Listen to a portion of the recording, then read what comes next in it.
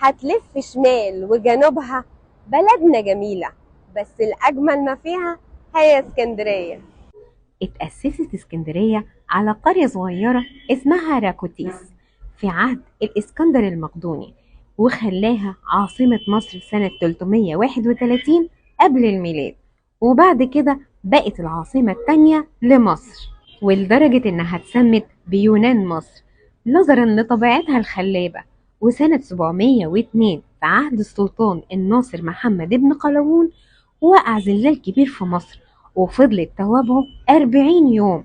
ما اقتصرتش التوابع الزلزال على القاهرة بس، دي اسكندرية كمان كان ليها نصيب كبير من الضرر، وطلع البحر على نص المدينة تقريبا تسونامي يعني، وخد جمال اسكندرية وغرقت. ومن المناطق المميزة في اسكندرية كوبري ستانلي، واسمه كده نسبة للرحالة الإنجليزي هنري مورتون ستانلي، وده مكتشف منابع النيل عند بحيرة فيكتوريا سنة 1875. واستني من الأماكن اللي ليها تاريخ، ده كان زواره من عظماء التاريخ زي الكاتبة الإنجليزية أجاثا كريستي.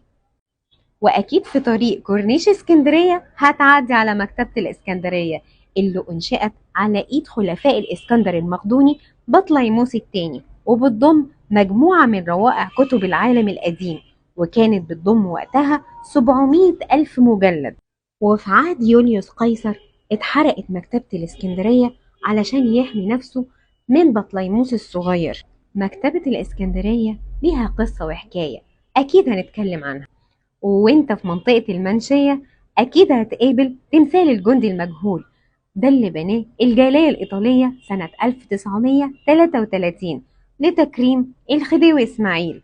وسنة 1965 شالوا تمثال الخديوي إسماعيل ونقلوه متحف الفنون الجميلة في محرم بيك، وعملوا مكانه نصب التذكاري للجندي المجهول.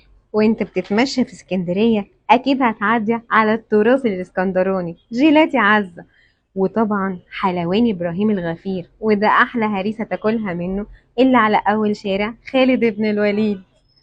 ده طبعا من أقدم شوارع اسكندرية التجارية اللي بتضم محلات لا حصر لها ولا عدد، وفيها أجمل المنتجات التجارية اللي ممكن تشتريها وبأقل الأسعار كمان.